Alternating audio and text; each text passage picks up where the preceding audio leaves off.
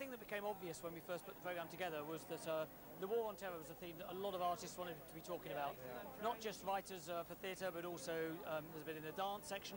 Lots of comedians using it really as part of their act. And even musicals on the subject, and it came through very, very strong. On the most basic level, we have two types of photos. The first is called a collect. Say, someone's granny, or what really a tabloid newspaper is meant to represent. You know, when you flip through it and see these pictures, the tits and the footballers, and then the photos of...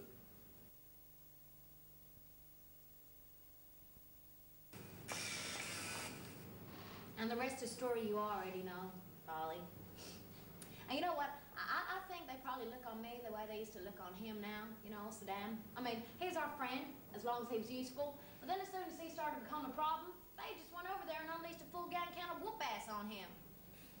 So yeah, I was just doing my job.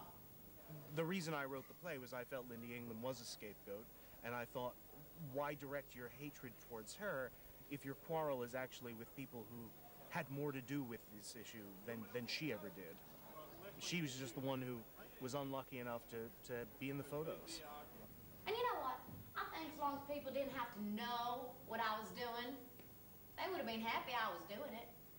But my job's kind of like hot dogs. You can only enjoy it as long as you don't see what goes in it.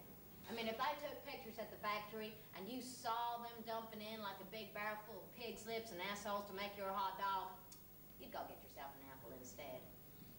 I don't think plays should have messages. I don't want to give people answers. I want to give them questions. And I think the best I can hope for is to get them thinking about issues in a different way for the hour that it takes to watch the play, and then have them leave discussing it.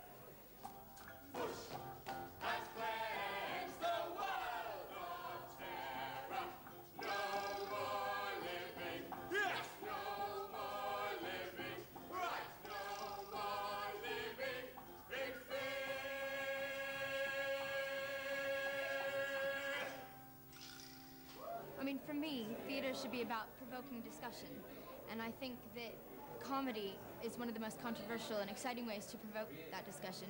I mean, there are many, many things you could say about our musical, many things to start debate, to make people upset, but I think it's necessary. I mean, a lot of comedians use that as well, but it's kind of easier for people to walk into what they think, you know, is a light comedy, which is actually a very dark comedy, than to go into a serious play, because there are a lot of serious plays about terrorism. How many Jews can you fit in a Volkswagen Beetle? No, I do not know. How many Jews can you fit in a Volkswagen Beetle? 1,004. 2 in the front, 2 in the back, and 1,000 in the ashtray. After 2,000 years of persecution, he'll have to try harder than that, yes? Okay. We've had pretty much people walk out every night. But we had 30 American Jewish people in the other day, and they loved it. So we're getting the extreme reactions all over. And also, Americans have been our best audience as well. They've been the real laugh out loud people. You look in the mirror, tell me what you see.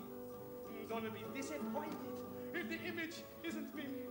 I became a member of the PFLP, but they threw me out because of jealousy. What a big mistake. This time they've gone too far. Don't they realize I'm a terror superstar? I found, doing the research for them, there are a lot of fascinating stories there, those people. And of course, with Al-Qaeda and stuff, we don't, you know those stories yet. Maybe we will in 10 years' time, say. And we really wanted to have terrorists that became terrorists for completely different reasons. So we have like a state-sponsored terrorist, we have a victim turned terrorist, we have a mercenary, we have a hate crime. You have to kill to get noticed. You have to kill for effect. By sacrificing 1 or 2, then you will get some respect.